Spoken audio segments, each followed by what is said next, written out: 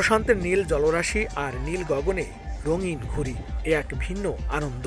শিশু, কিশোর কিংবা বয়স্ক বয়স ভুলে আনন্দ ভাগাভাগিতে মেতে ওঠেন সবাই। মাছ, প্রজাপতি, ড্রাগন, পাখি, মানুষ, পরী, জাহাজ সহ কয়েকশো রকমের ঘুড়ি উড়িয়ে নিজের মনকে যেন উড়িয়ে নিয়ে যাওয়া হয় ফেলে আসা শৈশব কৈশোরে।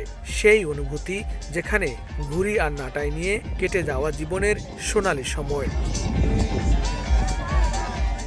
ঘুড়ি ওড়ানোর মধ্যে যে অফুরন্ত আনন্দ আর উচ্ছ্বাস রয়েছে তা দেখালেন যুক্তরাষ্ট্রের প্রবাসী বাংলাদেশিরা। আকাশে ঘুড়ি উড়িয়ে আর নেচে গেয়ে দিনভর আনন্দ ঘন সময় পার করেন তারা। লং বিচ প্রশান্ত মহাসাগরের তীরে বাঙালির ঘুড়ি উৎসবে সামিল হন ভিনদেশিরাও। অনুষ্ঠানে বাংলাদেশি বন্যার্তদের জন্য সংগ্রহ করা হয় অর্থ।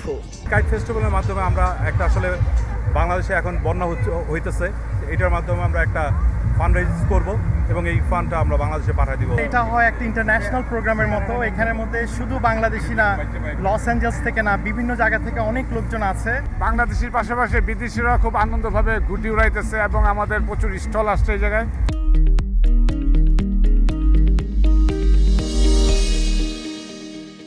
ক্যালিফোর্নিয়া প্যাসিফিক কাইট ক্লাব আয়োজিত প্রতি বছরের ন্যায় এবারের একাদশ ঘুড়ি উৎসবে জনসমাগম ছিল চোখে পড়ার মতো। অনুষ্ঠানে বিনামূল্যে শিক্ষার্থীদের মাঝে স্কুল ব্যাগ সহ বিভিন্ন শিক্ষা উপকরণ বিতরণ করা হয়। বিনামূল্যে বিতরণ করা হয় ঘুড়িও।